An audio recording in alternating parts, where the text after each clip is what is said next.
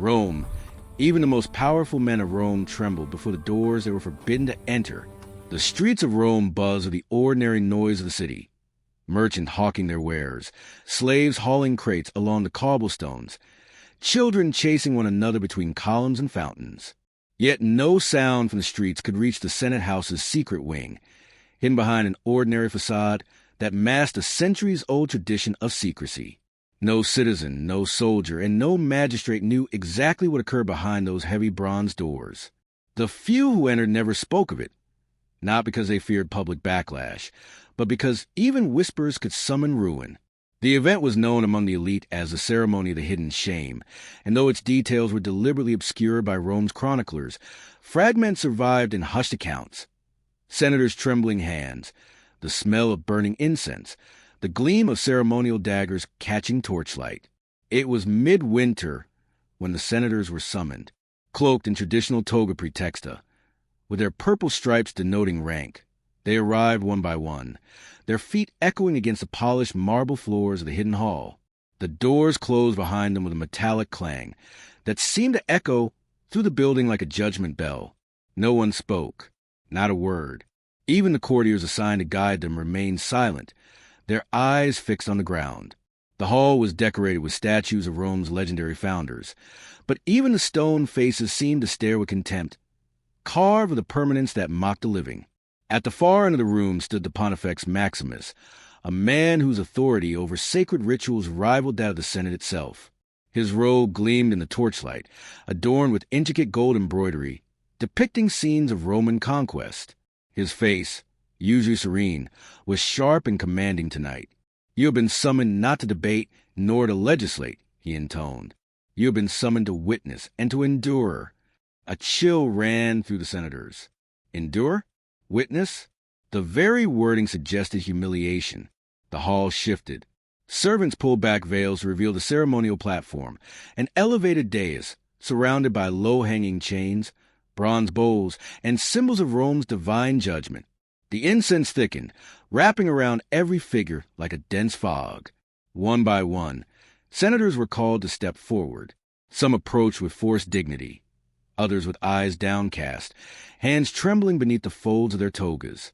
On the platform, each senator faced a unique ordeal, a public act of shame that exposed their private fears, secret desires, or misdeeds. The methods varied.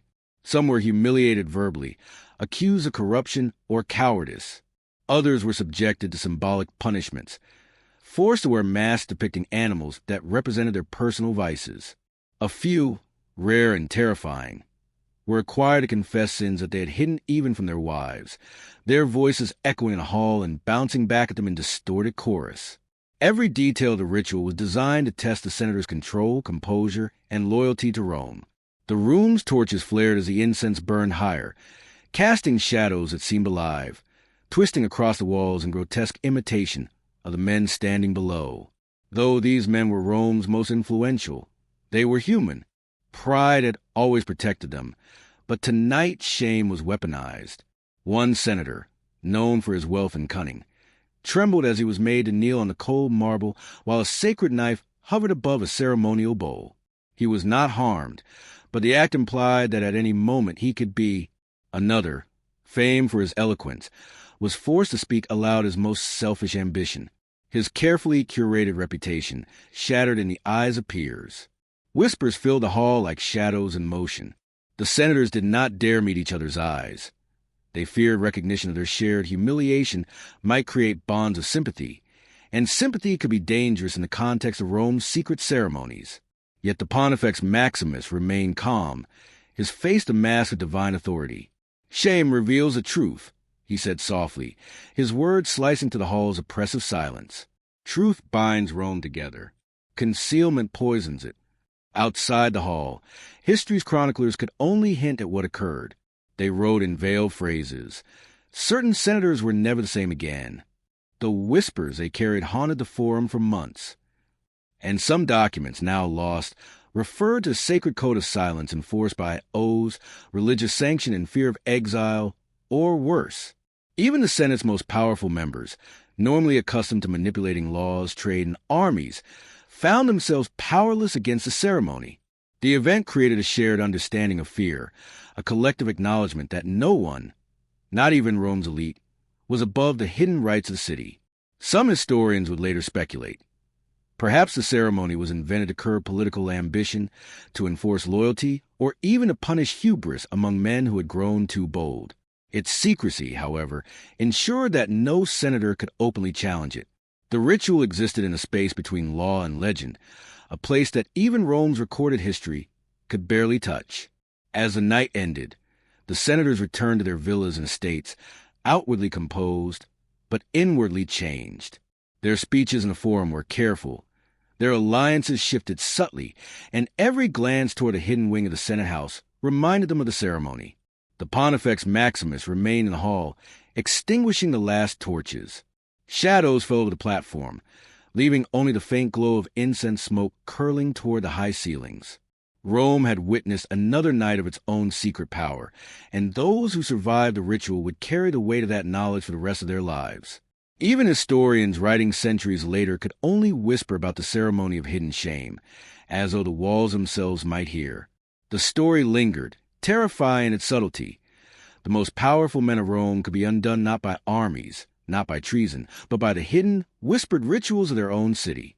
What was revealed in the hidden halls would haunt Rome for generations. The following evening, the city of Rome lay under a pale winter moon, its streets slick with frost and torchlight reflecting off polished marble. Within the Senate House's secret wing, the hidden chambers of the ceremony were prepared once more. The Pontifex Maximus had issued another summons, and this time the senators knew that the ceremony would go deeper, testing not only their dignity but the very core of their ambition. Each senator approached the concealed bronze doors with a mixture of reverence and terror. Even the wealthiest, most cunning men hesitated. Some offered prayers to the household gods, whispering vows to survive the ordeal without disgrace. Others muttered curses under their breath, their faces pale and drawn. Inside, the hall was shrouded in darkness, lit only by the flickering glow of torchlight. The walls were lined with ancient murals depicting Rome's moral triumphs and failures, heroes of old juxtaposed with punished traitors. The contrast was stark, a constant reminder that glory and shame were two sides of the same coin. The Pontifex Maximus stood at the center, flanked by hooded attendants who carried ceremonial objects, bowls of water, bundles of incense, and small, ornate daggers used for symbolic rites. "Tonight," the Pontifex intoned, "the truth of Rome will be revealed through you." The senators swallowed, their pride faltering under the weight of the statement. The ceremony began with a ritual designed to expose personal vices. One senator, Lucius Aemilius, famed for his eloquence in the forum, was ordered to kneel before a bronze mask shaped like a wolf, representing greed and predation. The mask was placed over his face while incense smoke curled around him, obscuring his features. He was required to recite aloud every act of selfish ambition, naming colleagues he betrayed, legislation he had manipulated for personal gain. His voice quivered, each confession echoing through the chamber like a bell tolling for his soul. The other senators watched in silence, their own secrets reflected in the humiliating spectacle. Another senator, Marcus Junius, was led to a pedestal draped in crimson silk. He was to wear a garment painted with emblems of cowardice, symbols chosen specifically from incidents in his career where he had faltered in battle or diplomacy. The Pontifex instructed him to stand while a slow procession of attendants traced his past failures with candlelight, each shadow magnifying his shame. The ceremony was not about physical harm. Its power lay in the psychological exposure, stripping men of their carefully curated public personas and laying bare their weaknesses for all who shared the chamber. The senators' fear was palpable. Even those with long careers and influence realized that a single misstep could echo through their lives. Any sign of resistance, a glance of defiance, a smirk, a tremor in the voice, was noted and later referenced, subtly shifting power balances within Rome. Some senators wept quietly, others clenched fists in futile anger. Whispers spread through the hall, yet none dared speak directly to one another. The Pontifex's voice, calm and unwavering, reminded them, shame is not punishment. It is insight. The empire survives because its leaders endure themselves first. Every gesture, every quivering expression became part of the ceremony's record. It was as though the walls themselves remembered, noting the smallest signs of duplicity or hubris. The pinnacle of the evening was a ritual of public confession, where each senator faced a pedestal with an open bronze bowl. One by one, they were required to speak aloud secrets they had kept from their colleagues, family, and even Rome itself. One man revealed clandestine dealings with foreign merchants. Another admitted misappropriation of public funds, while a third confessed personal indiscretions that, if known, would ruin his reputation. The air was thick with incense and tension, and the sound of each confession bounced off the marble walls in dissonant harmony. This part of the ritual was designed to ensure accountability. In the eyes of the pontifex, a senator who could speak truthfully, despite personal embarrassment, demonstrated integrity.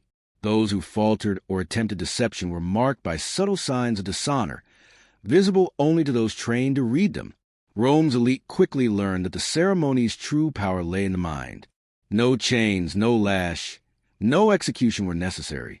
The fear of exposure, the horror of public shame, and the weight of the city's judgment were enough to bend even the proudest men.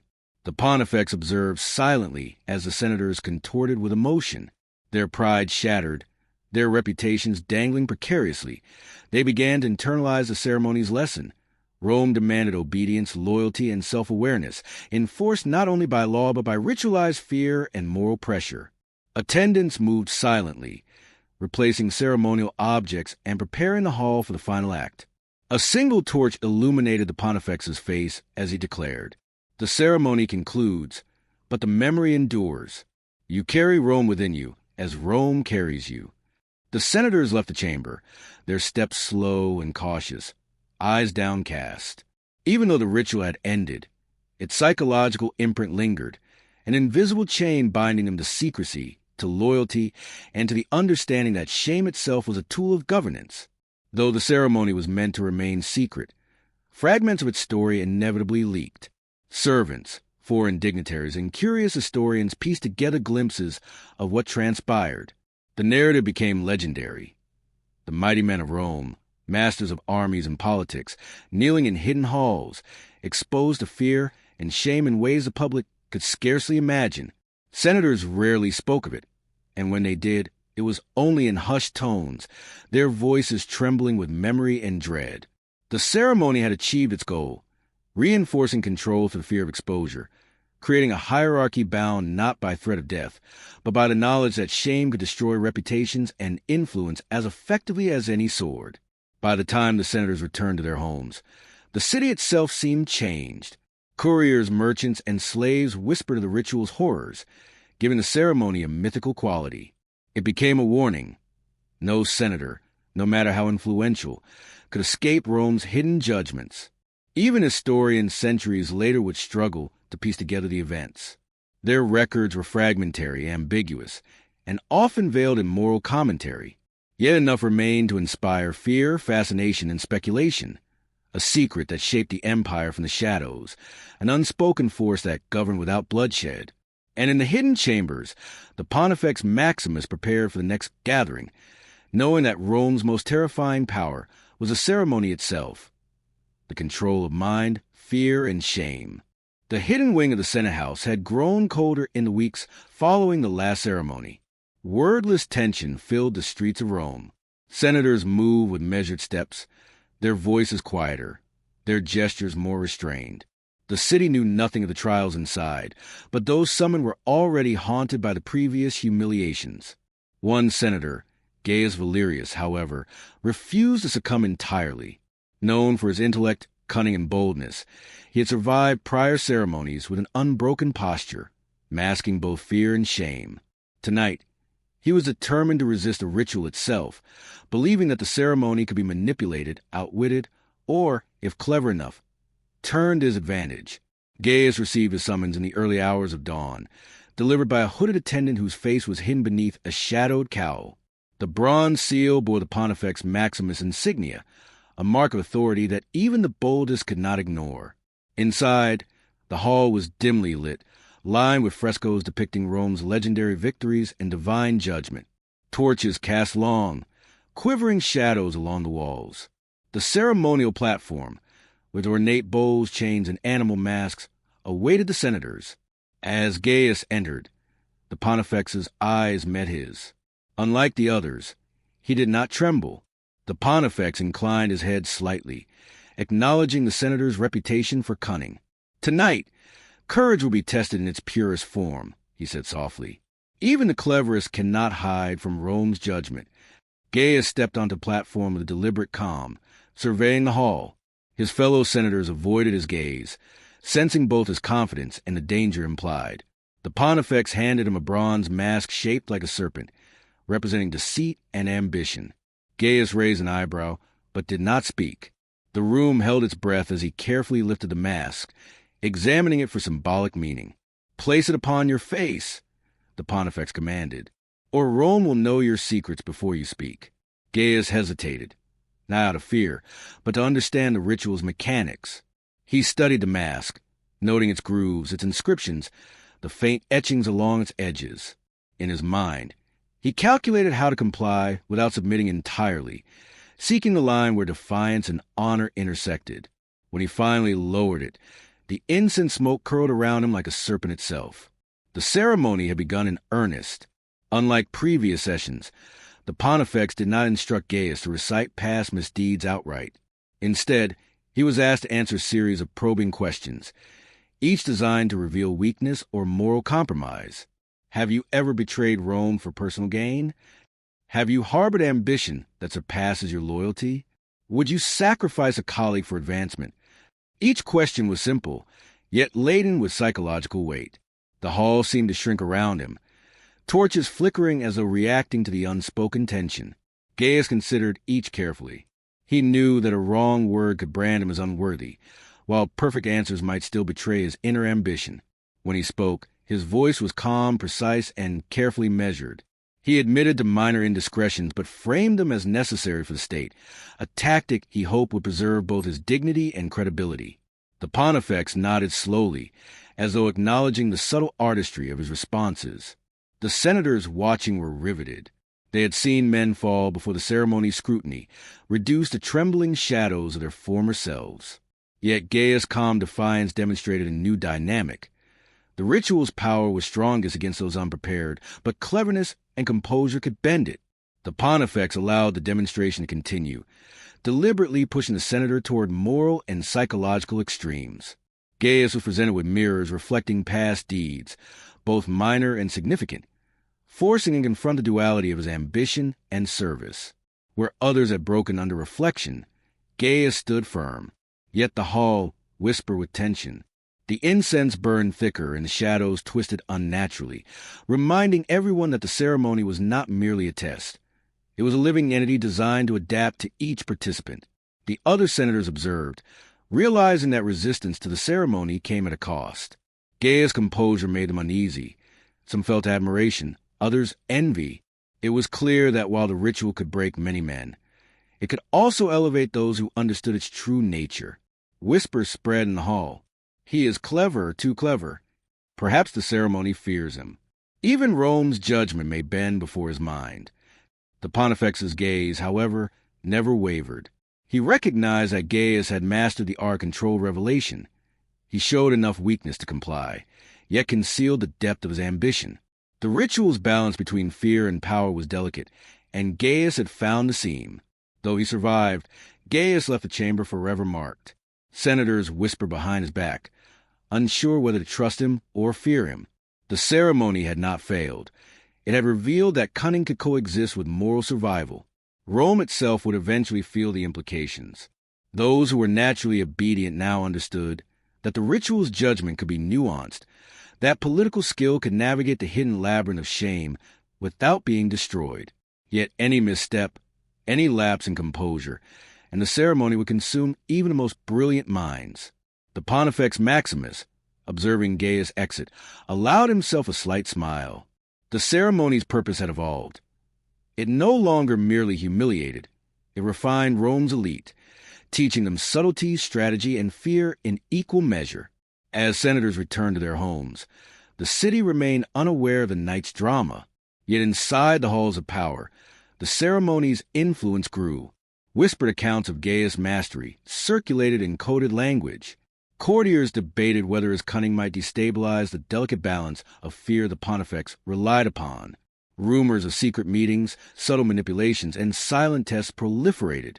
The ceremony had done more than shame. It had created a hierarchy of psychological resilience. Those who survived, like Gaius, gained both prestige and dread in equal measure.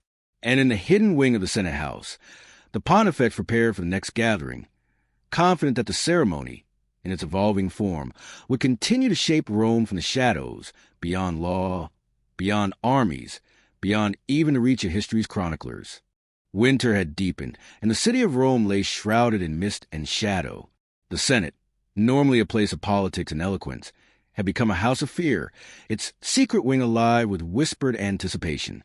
The ceremony, once a test of composure and humility, had evolved into something darker, its methods more psychological, more terrifying, and more precise in exposing the moral weaknesses of Rome's elite.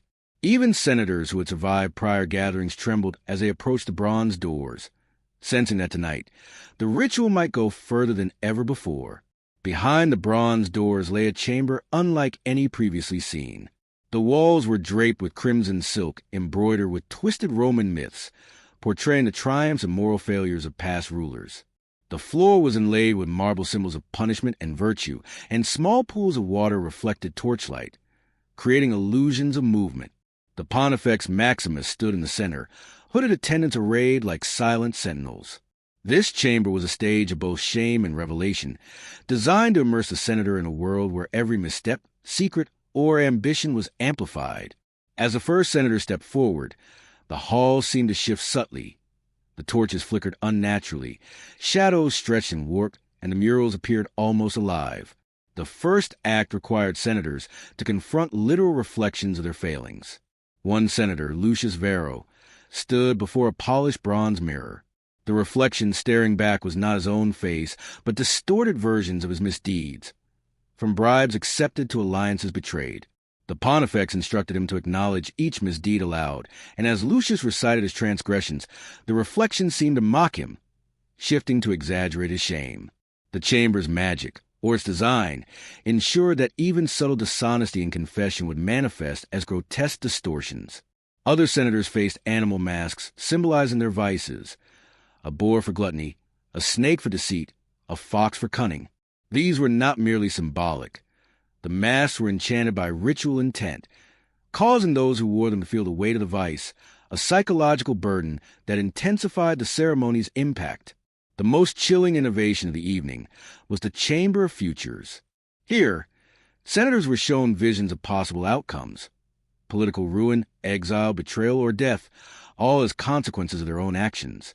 One senator, Marcus Flavius, saw a version of Rome where his ambition had led to civil war, the streets of the city drenched in blood and fire. Another, Quintus Cassius, glimpsed a future where his family was dishonored, estates confiscated, and his name cursed for generations. The Pontifex reminded them quietly, shame and foresight guide Rome more surely than armies. The future is a mirror of the present. Beware what your ambition demands. Each senator left the Chamber of Futures marked by fear and insight, their minds burdened by the weight of potential consequences. The ceremony had evolved into a tool not just for humiliation, but for governance through psychological control. After the visions, senators were led to the ritual of isolation, a hall lined with statues of Rome's legendary figures, heroes and tyrants alike. Each senator was required to walk alone, reflecting on the statues and considering their own moral alignment. The attendants whispered words of judgment, tailored to each senator's known history. Some heard accusations of cowardice, others reminders of betrayals or secrets. The torches cast long, dancing shadows that appeared to follow them, creating a sense of inescapable scrutiny. In this hall, the ceremony's genius was evident. Isolation amplified shame, and reflection amplified fear. Senators who entered confident often left subdued, their pride tempered by the invisible hand of ritualized morality. Throughout the evening, the Pontifex Maximus observed silently. His gaze, sharp and unwavering, seemed to pierce not only the senators' postures, but the very intentions of their hearts. Even the cleverest, like Gaius Valerius, could not fully escape the ritual's scrutiny. The ceremony adapted. Where logic and cunning were deployed, it responded with visions of betrayal, consequences, and moral contradiction. The senators began to understand that the ceremony's power did not lie in punishment or public spectacle alone. It was a living judgment, measuring each man's inner alignment, his ambitions, and his ability to survive under both fear and moral scrutiny. Despite the strict secrecy, rumors began to circulate among Rome's elite. Merchants whispered of senators returning pale and trembling. Families noticed subtle changes. Cautious speech, altered alliances, and a pervasive sense of heightened awareness of reputation and consequence. The ceremony's reputation grew. Even those who had never entered the hall understood its power over the most influential men. The knowledge that shame could be weaponized, that fear could govern silently, was a lesson Rome's elite could never forget. By dawn, the hidden wing of the Senate lay silent. The Pontifex Maximus extinguished the torches, and the mural's shadows receded.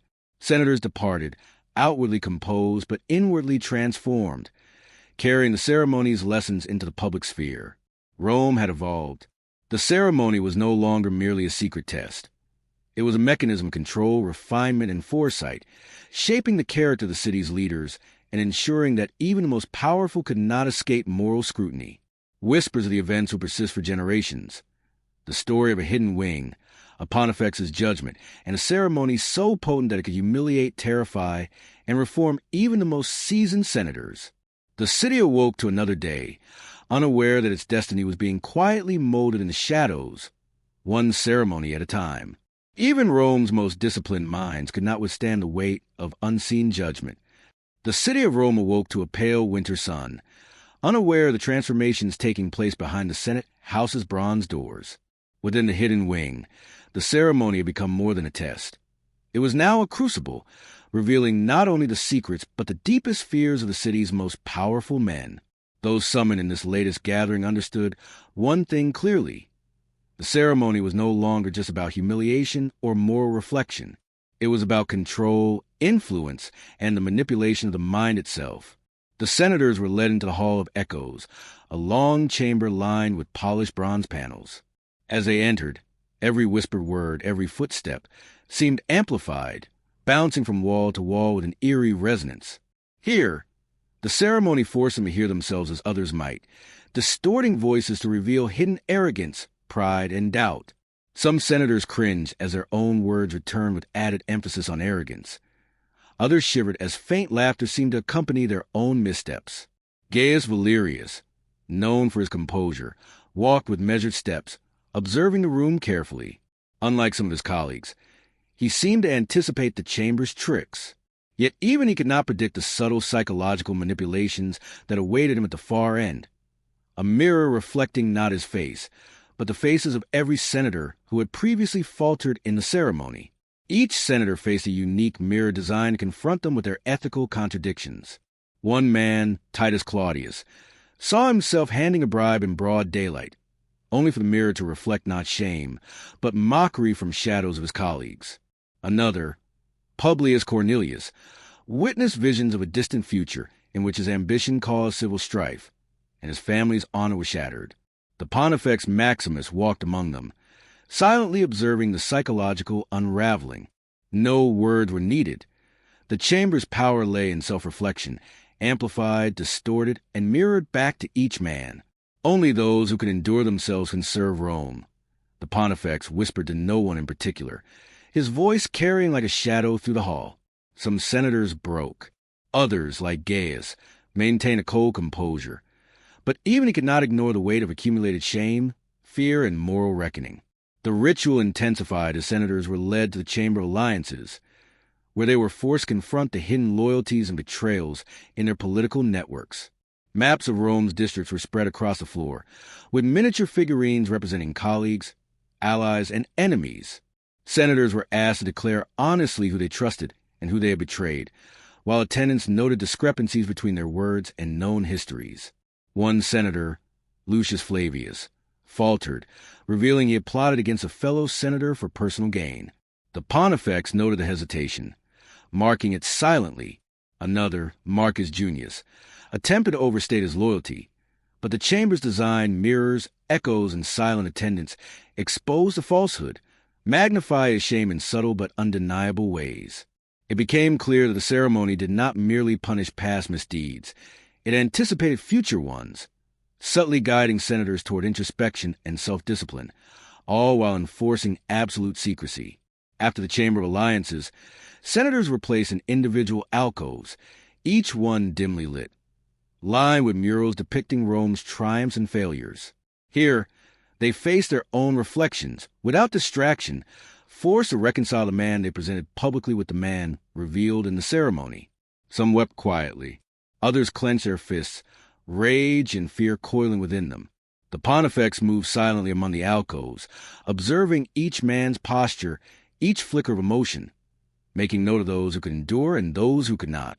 Even Gaius Valerius felt a subtle tremor. Though he had survived previous trials, this prolonged isolation and reflection tested his resolve in new ways. Shadows seemed to move independently, flickering along the walls, whispering reminders of ambition, betrayal, and consequence. The last stage of the evening was the confrontation with shame, the ceremony's most feared segment. Senators were made to step onto a central platform, where a single bronze pedestal awaited each participant. Upon it rested an object tailored to their personal failings, a mask, a symbol of cowardice, a mirror showing a distorted reflection. Each senator was forced to interact with the object, speak aloud their transgressions, and declare their intentions for moral correction. This final act was both private and public. Private in its revelation, public in its witness, observed by the pontifex and the other senators in silent testimony. Some faltered entirely. Their voices shook, and their confessions were fragmented, leaving them exposed to internal shame and subtle social judgment. Others, like Gaius, navigated the process with strategic honesty, admitting weaknesses without compromising dignity, a delicate balance that reinforced his growing influence. By the end of the ceremony, it was evident that the pontifex's design had achieved complete psychological control over Rome's elite. Fear had been weaponized. Shame had been institutionalized. Insight had been cultivated under the guise of humiliation. The ceremony shaped not only conduct, but thought itself.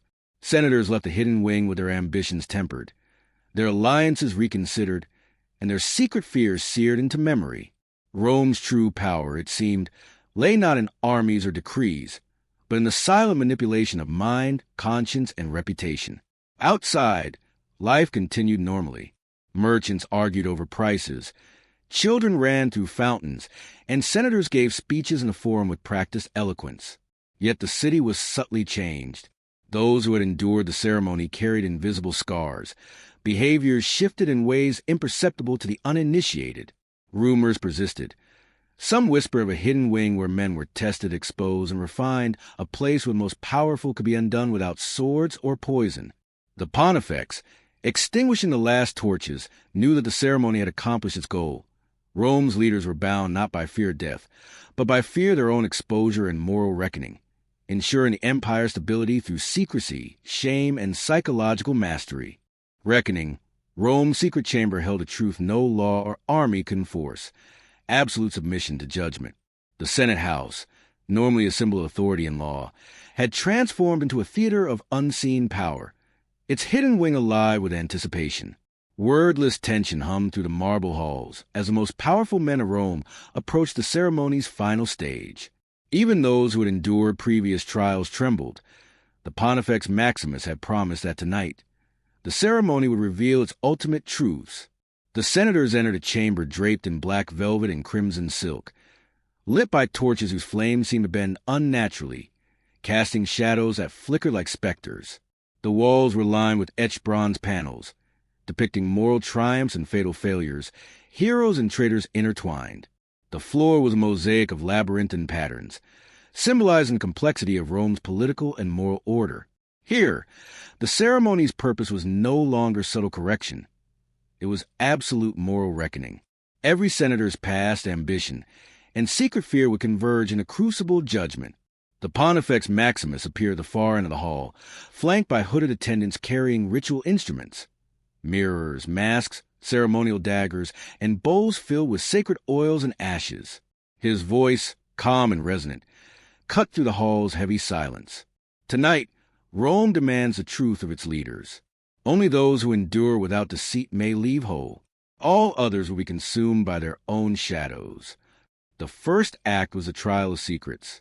Each senator was presented with a mirror that reflected their deepest concealed actions, amplifying them into visual manifestations of shame and moral compromise.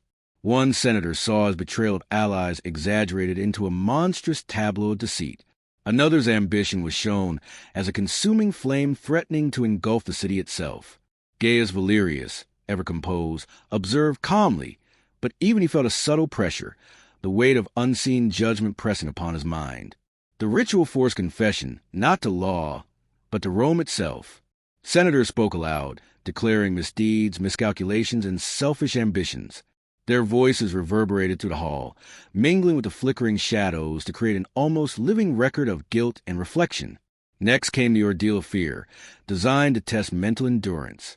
Senators were individually led to isolated alcoves, each filled with illusions, visions of political ruin, public humiliation, and familial disgrace. One senator imagined the collapse of his faction in the Forum, his allies betraying him one by one. Another experienced a phantom trial in which his legacy was erased from history. Even Gaius Valerius confronted specters of enemies he had not yet faced, reminders of the consequences of ambition. The Pontifex observed silently, noting reactions, expressions, and subtle body language. The ceremony's genius lay in its adaptability. The illusions were tailored to each man's psyche, ensuring that no one could entirely resist its judgment. After fear came the confrontation of ambition, the most psychologically exacting stage.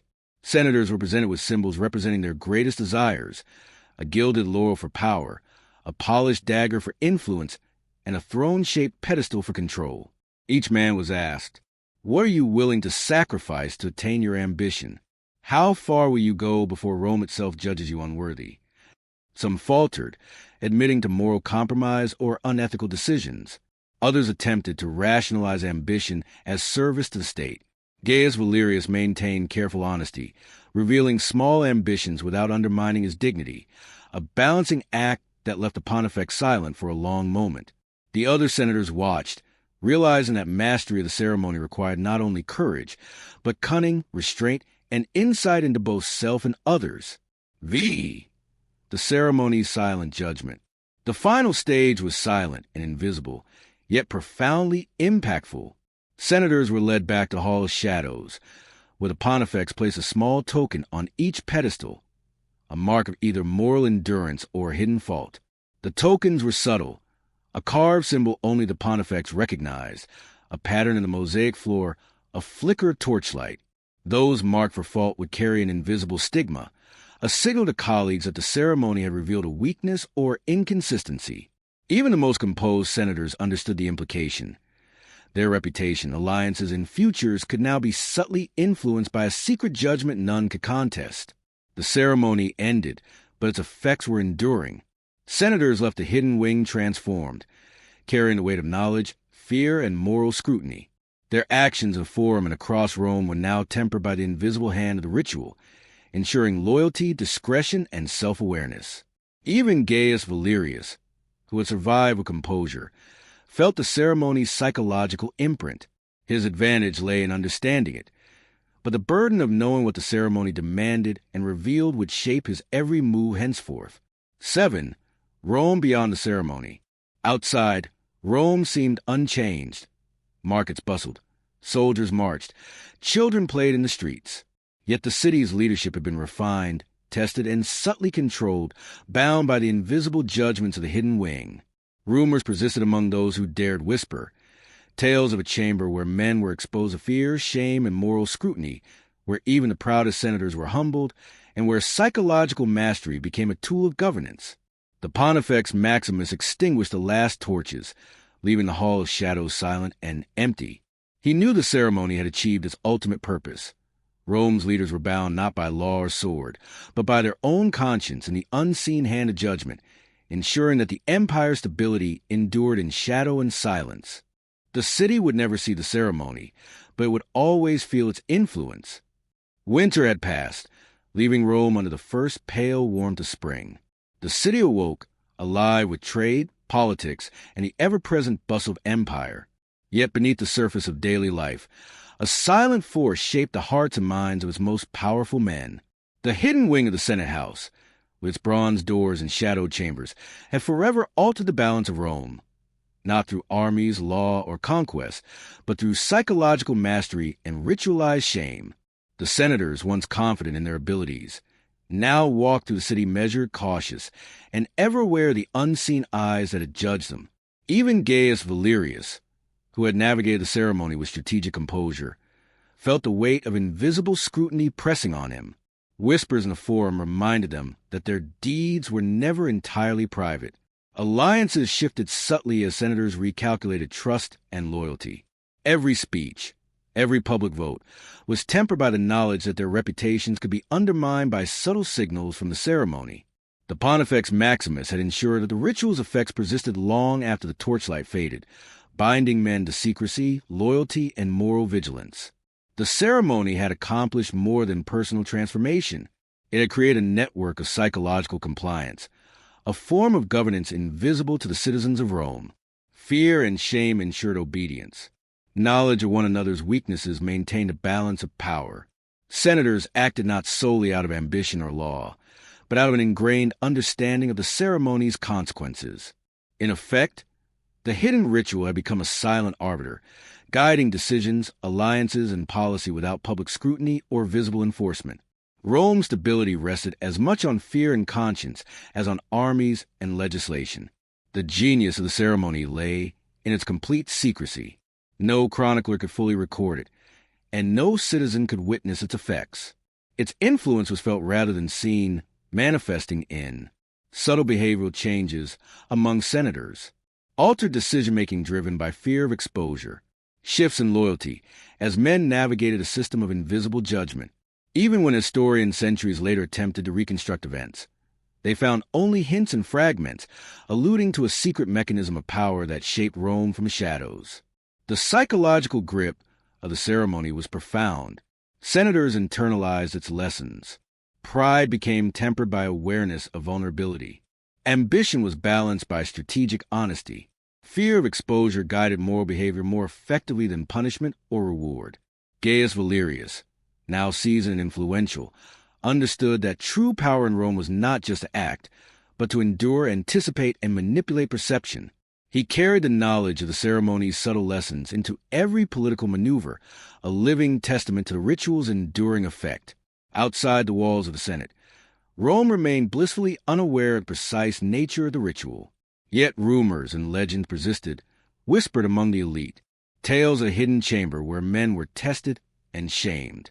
Stories of senators whose ambition was both sharpened and restrained by unseen forces. The myth of the Pontifex Maximus' silent dominion over conscience itself. These stories reinforced the ceremony's power, even in absence, creating a mythical authority that ensured compliance without overt action. By the end of the spring, the ceremony had left a permanent mark on Rome's governance. Senators who survived it were humbled yet strategic, understanding both fear and loyalty, ever vigilant, knowing that the smallest misstep might be noted, even in secret, bound by shared experience, a silent acknowledgement that each man had been tested by forces beyond ordinary comprehension. The Pontifex Maximus had achieved what no law or army could: absolute psychological influence, instilling obedience, moral reflection, and fear in the city's leadership. Even centuries later, when historians attempted to record the events, they encountered only fragmented accounts, whispered rumors, and coded references. The true power of the ceremony remained elusive, a force that shaped Rome without leaving a clear trace, operating in the invisible space between conscience, fear, and loyalty. Rome's secret ritual of shame had succeeded where swords and decrees often failed. It molded minds, governed behavior, and ensured the endurance of empire through subtle yet absolute control. Its legacy endured silently, a shadow over the republic and empire alike, proof that the greatest power is often unseen, operating not on bodies but on the soul itself. The hidden wing of the Senate, the bronze doors, the torchlit halls, all remained as silent witnesses. Senators passed through, some fearful, some cunning, but all marked in mind and spirit. Rome flourished outwardly, yet its true governance lay in shadows, where the ceremony's lessons continued to resonate. The Pontifex Maximus had shown the empire that power need not be violent to be absolute. Through shame, fear, and psychological mastery, Rome's leaders were bound, not by law, armies, or public will, but by the invisible weight of the ceremony itself.